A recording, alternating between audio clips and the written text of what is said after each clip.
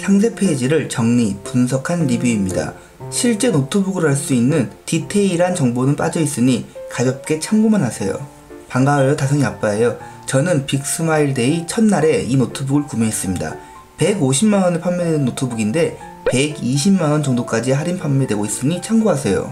사실 이 노트북에 큰 관심은 없고 이 노트북이 추구하는 방향성에 대해서도 큰 관심은 없지만 다양한 노트북을 사용해보고 싶은 유저로서 호기심에 구매했고, 제가 항상 강조하는 사용성에 대한 정확한 리뷰를 만드는 것이 목적입니다. 지금까지 리뷰했던 노트북들은 제가 필요에 의해서 갖고 싶은 노트북을 구매했지만 이 노트북은 저의 첫 리뷰를 위한 노트북이기 때문에 저에게는 의미 있는 노트북입니다. 물론 리뷰를 위한 노트북이지만 제 돈으로 직접 구매했습니다. 이 노트북을 충분히 사용해보고 젠북 두오의 구매 가이드를 제대로 깔끔하게 만드는 것이 목적입니다.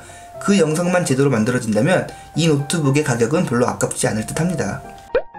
이 노트북은 사실 듀얼 모니터가 가장 중요하기 때문에 상세 페이지를 정리한 스펙은 가볍게 보도록 하겠습니다. 멀티미디어 작업을 위한 노트북입니다. 쾌적한 작업을 위해 사양은 높을수록 좋습니다. 저는 i5로 구매했지만 혹시 영상 작업을 염두에 두고 있다면 당연히 i7으로 구매하는 것이 좋습니다.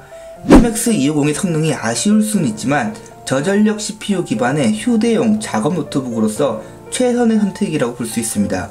램과 용량이 온보드이기 때문에 작업용으로 사용하기 위해 무조건 높은 것이 좋습니다.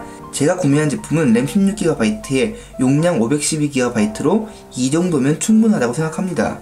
i5 코밀레이크와 MX250의 램 16GB 조합이 그래픽 작업에서 성능을 얼마나 낼 수 있을지가 중요하겠죠. 제가 음악 작업은 잘 몰라서 답해드리기 곤란하고 포토샵 작업은 무리 없이 돌릴 수 있습니다. 버벅임이 없지는 않지만 휴대성을 고려하면 충분히 좋은 퍼포먼스를 낸다고 볼 수 있습니다. 영상 작업은 유튜브에 가볍게 올릴 정도면 가능하고 FHD에 10분 미만 영상 제작 가능하다고 보면 이해하기 쉽습니다. 물론 영상 작업 자체가 변수가 워낙 많기 때문에 제가 딱 정해드릴 순 없지만 분명한 것은 부드럽고 원활하게 작업하기는 힘듭니다.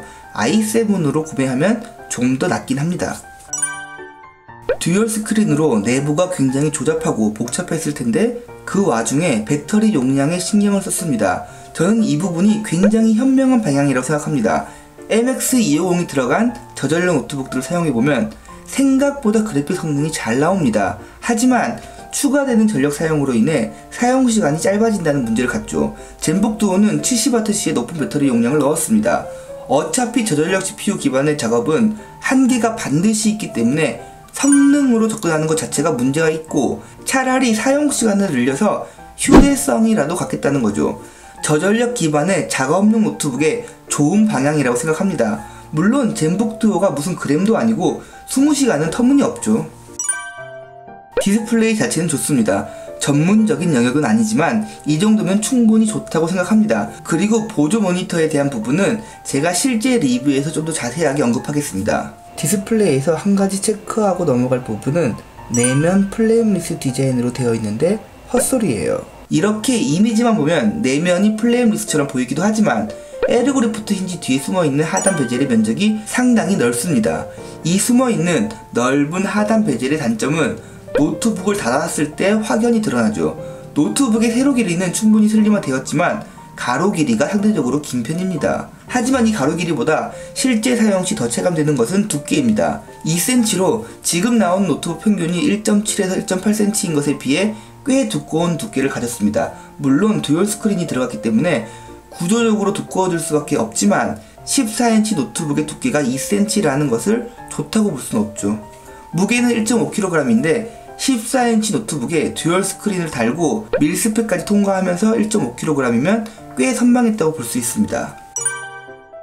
듀얼 스크린으로 인해 키보드가 하단 배치되었는데 좁은 공간에 키보드와 터치패드까지 다 넣다 보니 레이아웃이 엉망이 되었습니다. 이 부분은 직접 충분히 사용해보고 추가 리뷰하도록 하겠습니다.